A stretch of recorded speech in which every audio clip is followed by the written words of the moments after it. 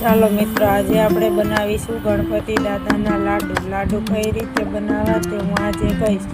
પહેલાં આપણે ઘઉંનો લોટ જાડો લઈશું, પછી તેમાં તેલ નાખીને તેને સારો બટન બાંધી લઈશું આ રીતનો।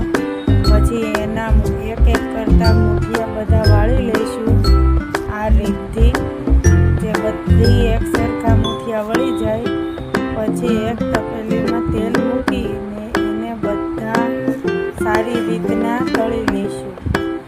એક કરતાં ધીમા તાપે એને ચડવા દઈશું, એક મુઠિયા તરત તળાઈ જશે।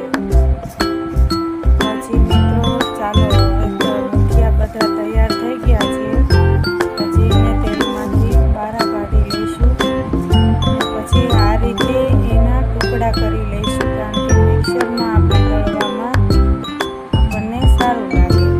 પછી બધા મુઠિયા આપણે એક એક કરીને ભાંગીને એનો ભૂકો કરી લઈશું। જે આ રીતે ભૂકો થઈ જાય પછી તેને એક મિક્સર જારમાં લઈને દળી લઈશું।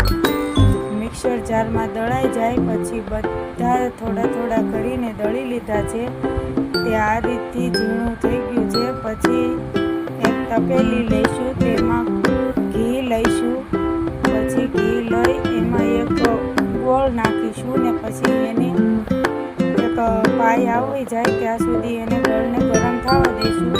પછી આ રીતે જે તૈયાર થઈ ગયું છે તેમાં ઘી ને ગોળની પાય નાખી દઈશું ને પછી તેમાં થોડા કાજુ નાખીશું, થોડાક